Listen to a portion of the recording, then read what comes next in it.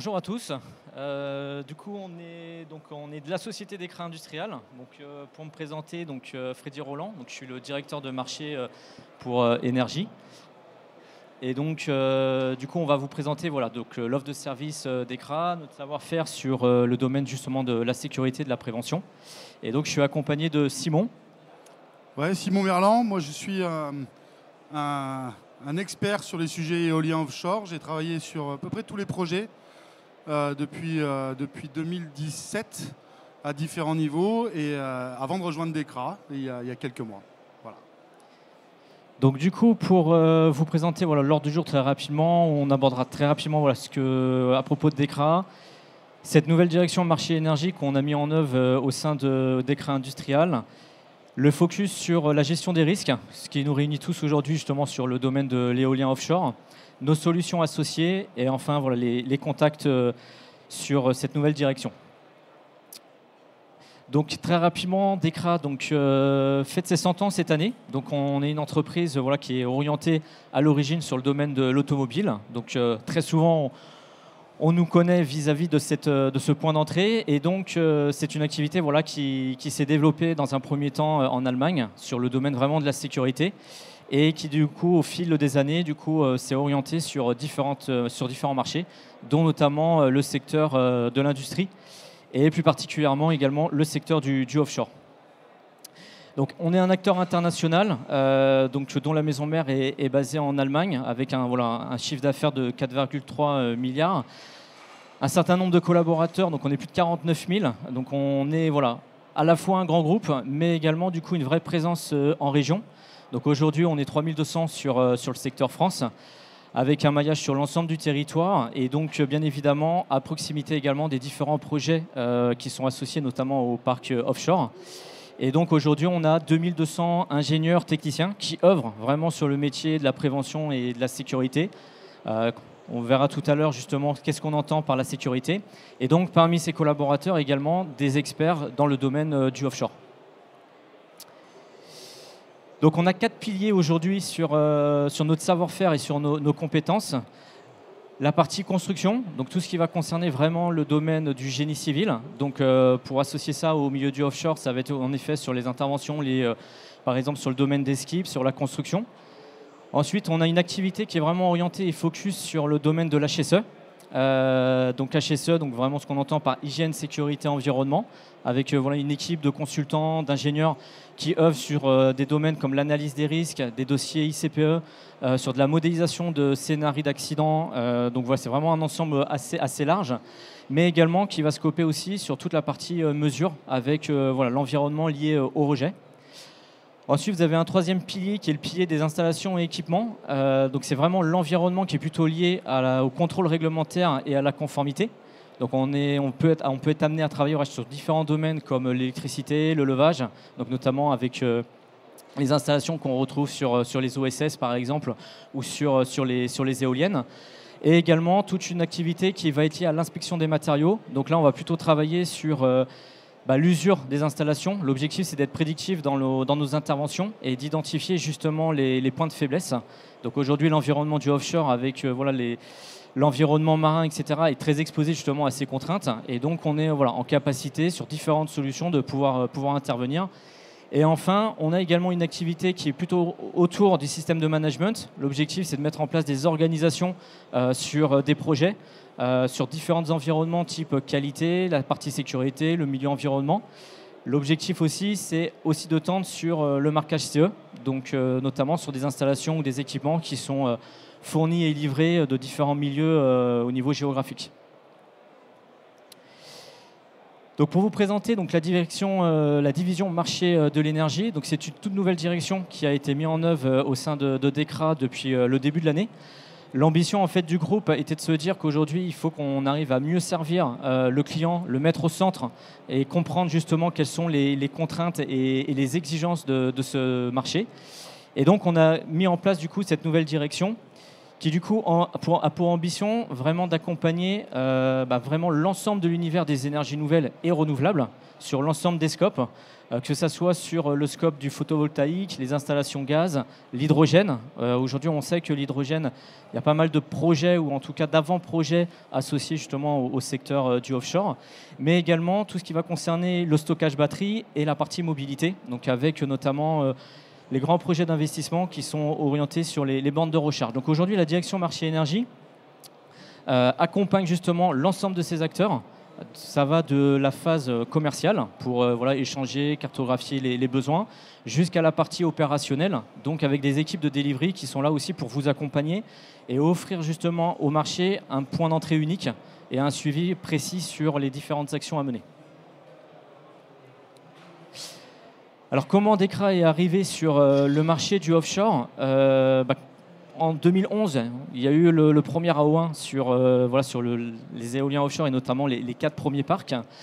Et la question qui s'est posée au sein de DEKRA, c'est comment offrir une offre de service à ce milieu.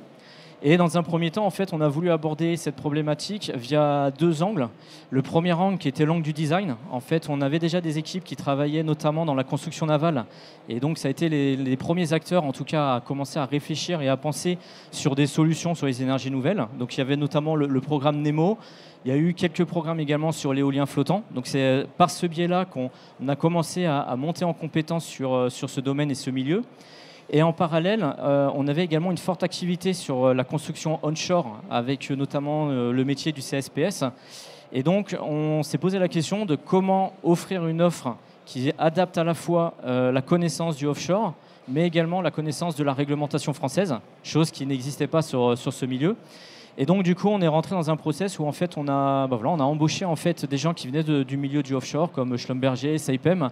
L'objectif étant, c'était justement de se donner quelques années pour les faire travailler en France, leur faire connaître et les monter en compétence sur la réglementation française et sur les exigences qui sont liées au métier du CSPS.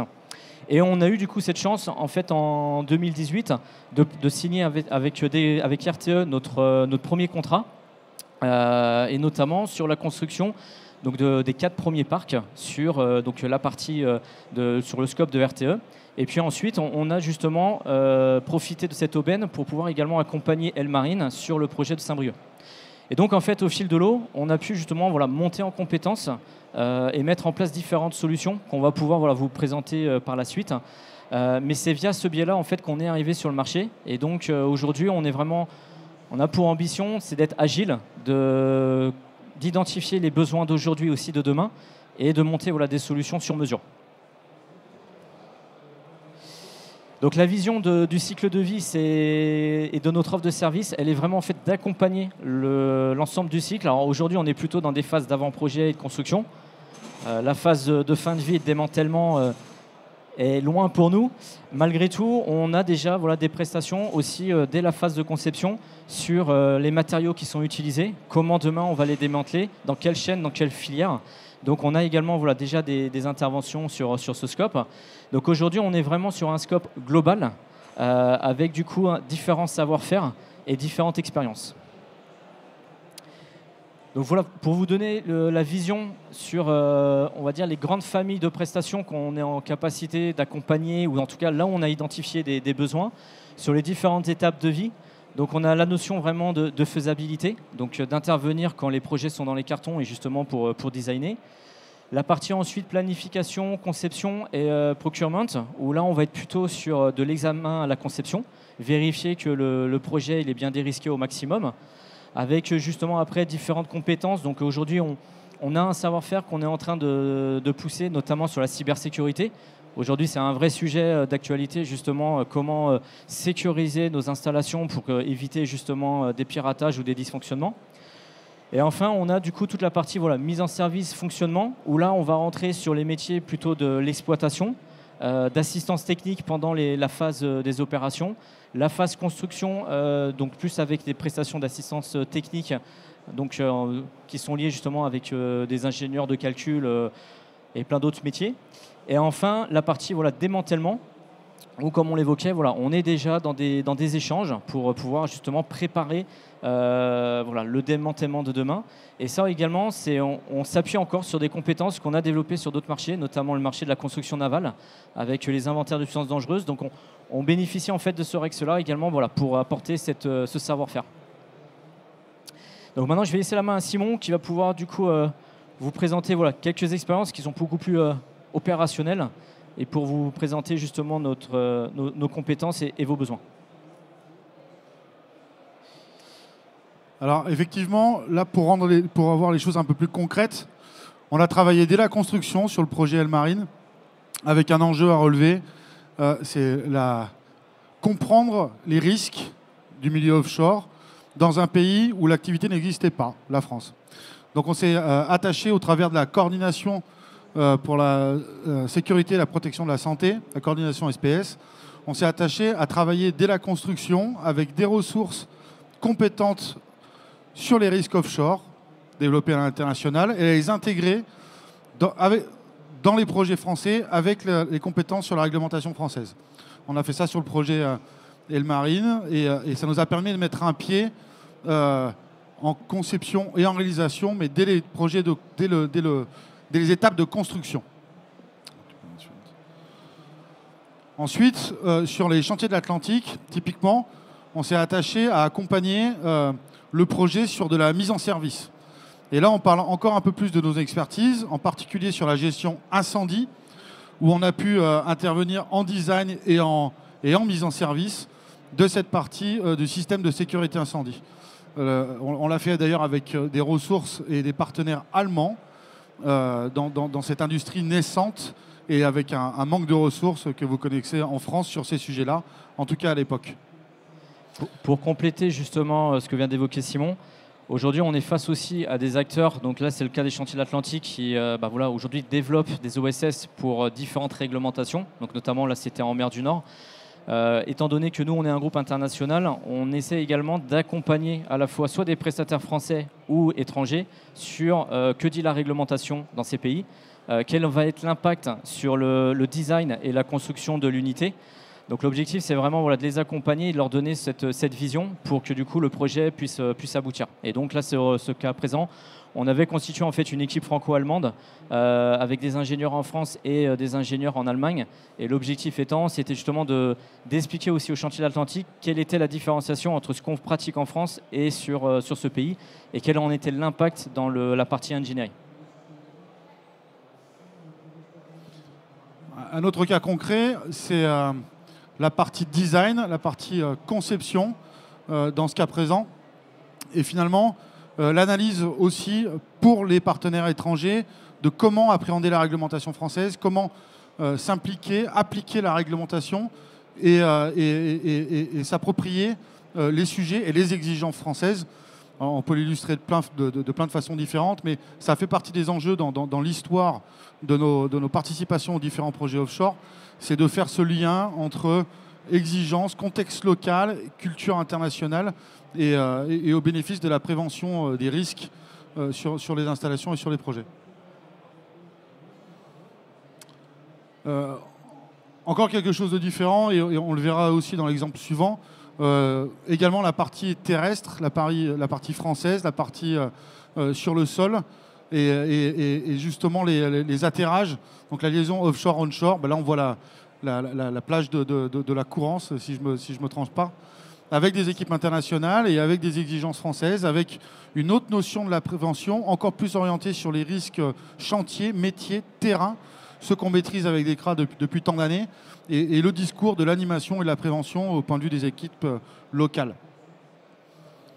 Tout à fait. Et du coup, pour préciser aussi sur le contexte toujours lié au fait qu'aujourd'hui on a une main-d'œuvre aussi qui vient voilà, du monde entier, en tout cas très orientée quand même sur des pays de l'Europe du Nord. Il y a aussi cette problématique qu'on a découvert sur les premiers projets sur la méconnaissance aussi de la réglementation française ou sa complexité. Et donc du coup on a aussi ce rôle-là de facilitateur, d'expliquer justement comment on travaille en France, quelles sont les formations, les qualifications. Donc ça aussi, on a un travail aussi de pédagogie qu'on apporte justement sur les projets. encore un exemple un peu différent de conception et d'assistance technique. L'assistance technique, on met à disposition des ressources chez nos clients à temps plein. Donc c'est des ressources d'ECRA, mais qui sont chez nos clients et qui vont pouvoir travailler sur toutes les différentes étapes du projet. Qu'on puisse parler d'électricité, on a parlé d'incendie tout à l'heure, on peut parler d'escalier, on peut parler d'accessibilité offshore, des choses qui n'existaient pas et qui existent aujourd'hui, en particulier sur différents projets. On va le voir dans l'exemple suivant, avec une autre dimension stratégique sur ces différents projets. C'est comment comprendre, comment intégrer les référentiels des entreprises étrangères avec la réglementation française et avec nos habitudes. INELFE, projet d'interconnexion entre la France et l'Espagne. Donc une dualité dans les exigences réglementaires, dans les standards aussi de nos clients, qui peuvent aggraver la réglementation. Comment comprendre ces standards, c'est notre rôle. Comment les adapter à la réalité du terrain et aux bénéfices de la maîtrise des risques dans ce contexte plurinational et finalement absolument passionnant, voilà, pour nous aussi. Donc je ne sais pas si du coup il y a des questions. On a voulu se garder aussi un temps d'échange. L'objectif pour nous aussi, c'est important justement d'échanger avec vous les acteurs du marché. Donc je ne sais pas s'il y a des questions. Oui. Vous parlez de la différence de conception entre... Vous m'entendez ? Entre l'OSS français et l'OSS allemand, vous avez dit qu'il y avait une différence de conception d'un point de vue réglementaire. Est-ce que vous avez plus d'exemples concrets sur cette différence de conception ? En fait, les différences aujourd'hui, c'était lié en fait sur le cas en Allemagne, c'était sur la problématique en fait sur le domaine incendie. Donc en fait, les référentiels qui sont appliqués du coup en France étaient différenciants en fait de ceux de l'Allemagne. Donc typiquement, les impacts c'était sur par exemple le nombre d'équipements à mettre en œuvre sur les points stratégiques. C'était également sur la partie sécurité incendie, sur les moyens d'extinction. Donc c'est là où on a apporté justement cette culture.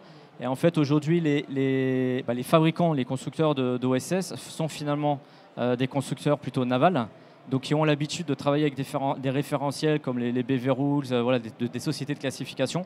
Et donc, en fait, aujourd'hui, par exemple en Allemagne, ils ont cette exigence de vouloir imposer justement un référentiel supplémentaire. Et donc, pour les chantiers de l'Atlantique, c'était une nouveauté. Et donc, ils avaient besoin d'avoir cet élément de compréhension. Et l'autre nouveauté qu'il y avait également, qui n'existait pas en France, c'était notamment le fait qu'il devait avoir une tierce partie, une tierce expertise pour analyser et justifier de la conformité du process, en fait. Chose qu'on n'a pas à ce niveau-là en France, en fait.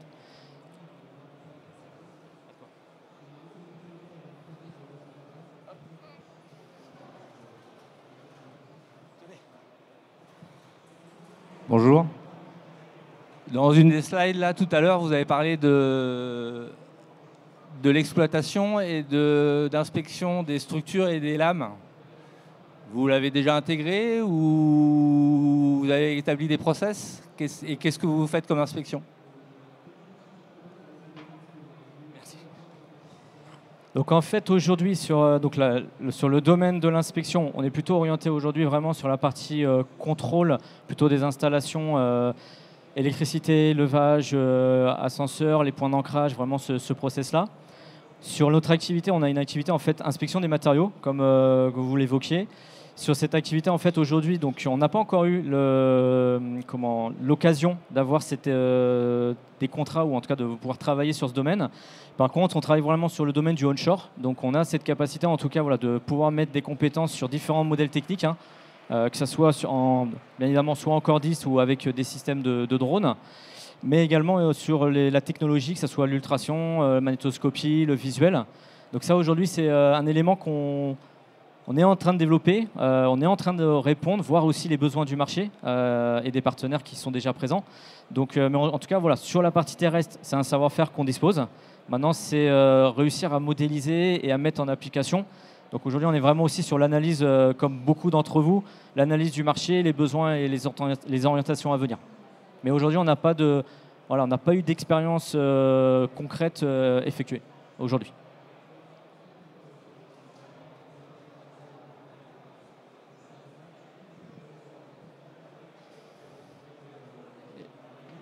vous avez nos coordonnées. N'hésitez pas, nous on est vraiment ouverts. L'objectif, alors on a un stand, vous pourrez nous retrouver. On est vraiment ouvert à l'échange. L'objectif pour nous, c'est aussi voilà, de comprendre, de connaître vos besoins et de travailler voilà, sur les solutions d'aujourd'hui et de demain pour servir ce marché. Merci. Ouais, merci à tous. Le stand, c'est D47. Voilà.